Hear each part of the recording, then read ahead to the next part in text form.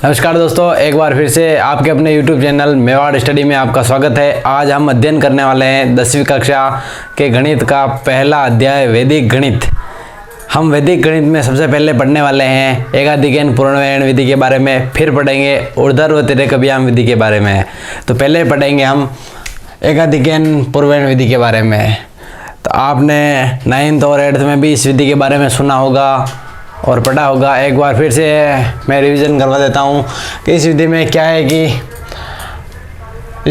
कि जो पहले अंक है इन्हें चरम अंक बोलते हैं और ये अंक है इन्हें शेष निखिलम अंक बोलते हैं। तो इनके हम लिख देते हैं यहाँ पे इकाई का अंक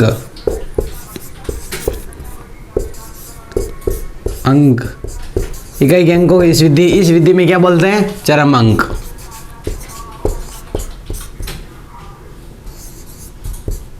चरम अंक बोलते हैं। दहाई का अंक को, शेष अंकों को क्या बोलते हैं? फिर शेष अंकों को इसमें बोलते हैं शेष निखिलम अंक।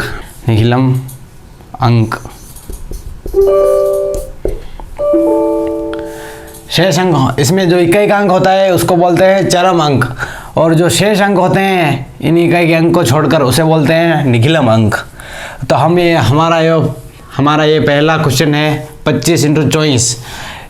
इसको हम एकाधिकन विधि से हल करेंगे। तो हल कैसे करेंगे? इसमें हम इस विधि में सबसे पहले ये ध्यान रखना है कि इकाई के अंकों को जोड़ना है दोनों तरफ के। इधर 4 है इकाई का अंक और इधर 5 है, तो इन दोनों को जोड़ेंगे तो कितने होंगे? 9। तो ये गुणा एकाधिकन पूर्णव्ययन विधि से नहीं होगा। तो ये कैसे होगा? यहाँ पे जब 5 होंगे, जब भी क्वेश्चन आएगा और इसी प्रकार का आएगा जिसमें पहले इकाई के अंकों का योग 10, 100 या 1000 हो। पहला अंक यही आएगा जिनका योग 10, 100 या 1000 हो। अगर ये पहले अंकों का योग 10, 100 या 1000 नहीं हो रहा है तो उसमें एकाधिकन पूर्णव्ययन विधि का उपयोग नहीं होगा, वो दूसरी विधि से हल होगी। तो इसमें पहले इकाई के अंकों का योग करते हैं। तो इकाई के अंकों का योग, इकाई, तो इसमें हम लिखेंगे, इनको यहाँ पे चरम अंक बोलते हैं। यहाँ पे हमने पहले लिख दिया है इकाई के अंकों को चरम अंक बोलते हैं। तो चरम अंकों का योग करना है सबसे पहले आपको। चरम अंकों का योग,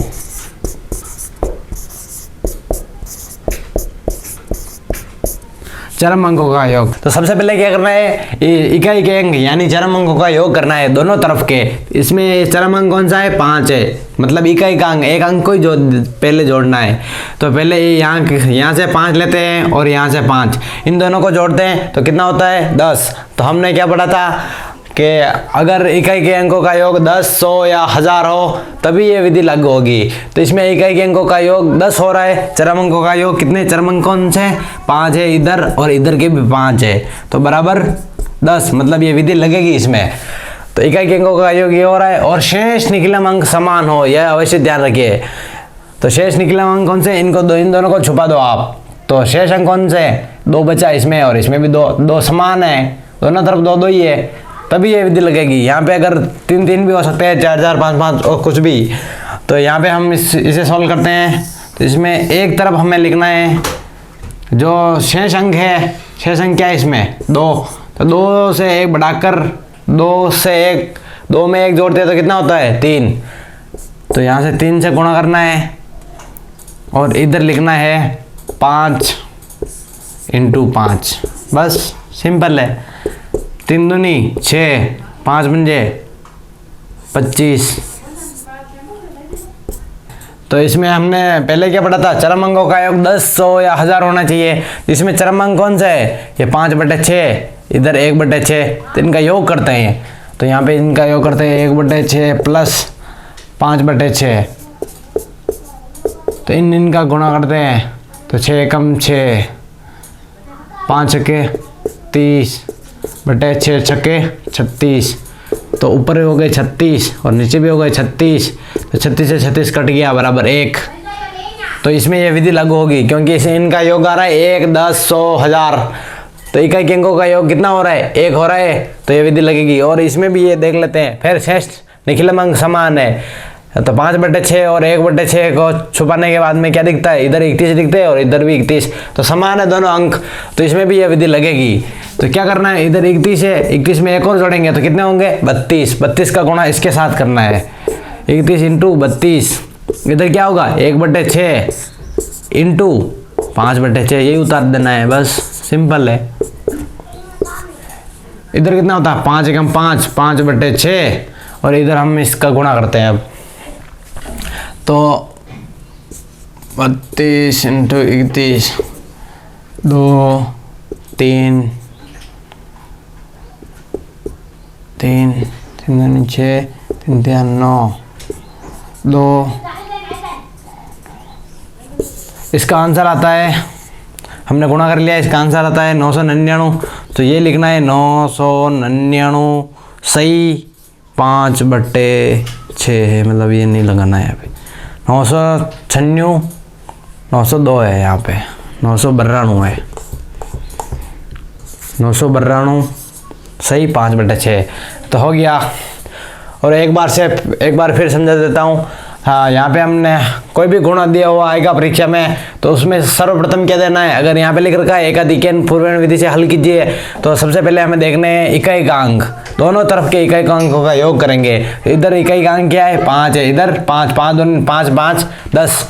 तो हमने पढ़ा था एकाधिकन पूर्वण विधि में, जब प्रथम अंक यानी इकाई के अंकों का योग 1, 10, 100, 1000 हो, तभी ये विधि लगेगी। और शेष अंक समान हो। शेष अंक कौन से हैं? इधर भी 2, इधर भी 2, दोनों समान है, तो यह विधि लगेगी। इस प्रकार यहाँ पे ये 25 × 25 अंक बढ़ा दिया, 3 दूनी 6, 5 × 25, बस यही आ जाएगा। और 1-2 और देख लेते हैं, 1-2 सवाल और देख लेते हैं।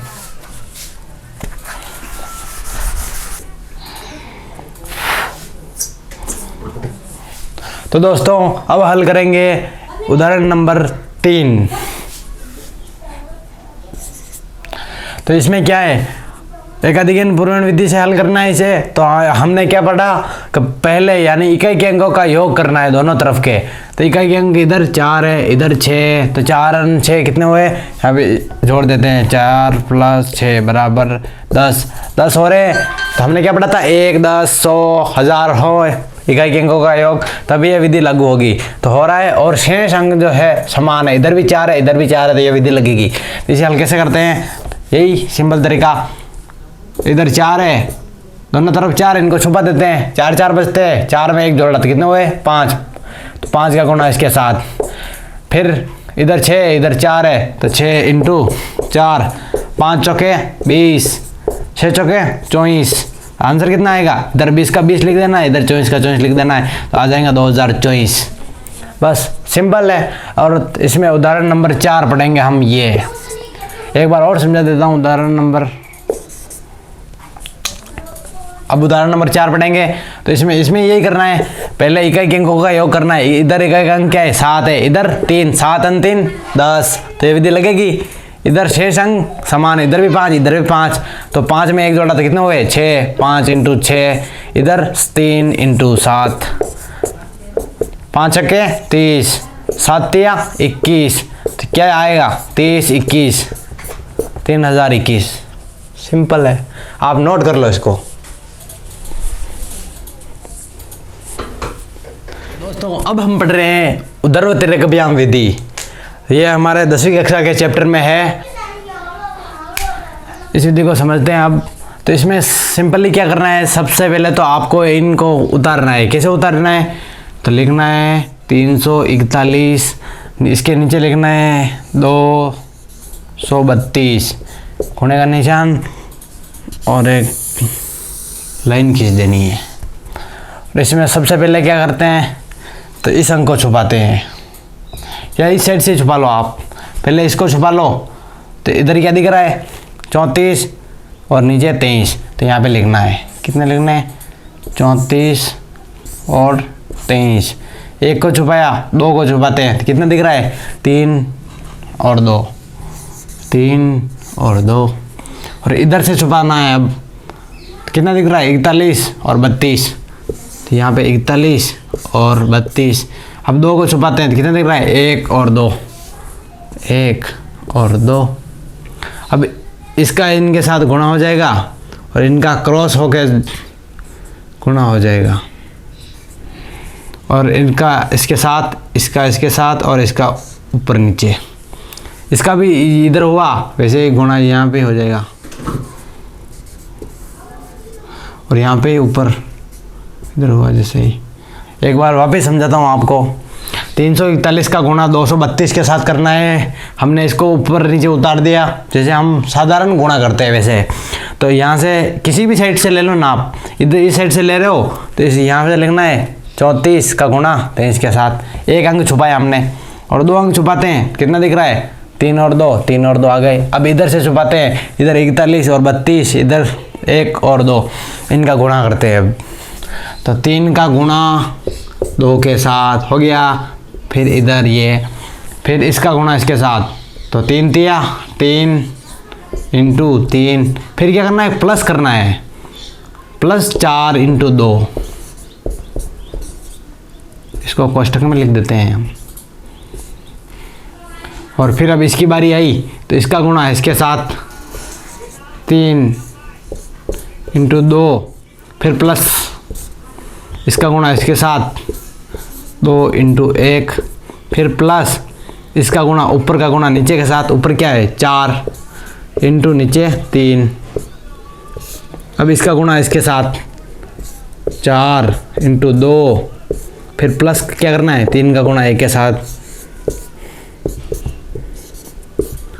फिर ये इसका गुणा इसके साथ 1 इंटू 2। अब इसको हल करना है। गुणा भाग जोड़ बाकी तो करना आप जानते ही हो, तो कुछ नहीं करना, सिर्फ गुणा भाग जोड़ बाकी याद होनी चाहिए। तो 3 दूनी 6, फिर ये तो ये 3 तिया 9, प्लस का निशान है तो प्लस का, 4 दूनी 8, फिर क्या 3 दूनी 6, प्लस है तो प्लस, 2 एकम 2, फिर प्लस है 4 तिया 12, फिर क्या है 4 दूनी 8, प्लस 3 एकम 3, फिर 2 एकम 2। इसको एक बार और जोड़ना है। 6 का 6, इधर 9 और 8, 8 एकम 8, 8 दूनी 16, 1 17। फिर इधर आ जाएगा 6 2 8, 8 12 20, फिर 8 3 11, और 2 का 2, एक अंक है तो यहाँ पे जो भी पहला अंक होगा वो पहले उतरेगा। यहाँ पे 2 है तो 2 उतर गए, फिर यहाँ पे 1 है तो 1 उतरेगा, फिर 1 0 में जुड़ जाएगा, 0 और 1 1, फिर 2 और 7 9, फिर 1 का 1, और फिर 6 आ जाएगी। हो गया सरल, और क्या।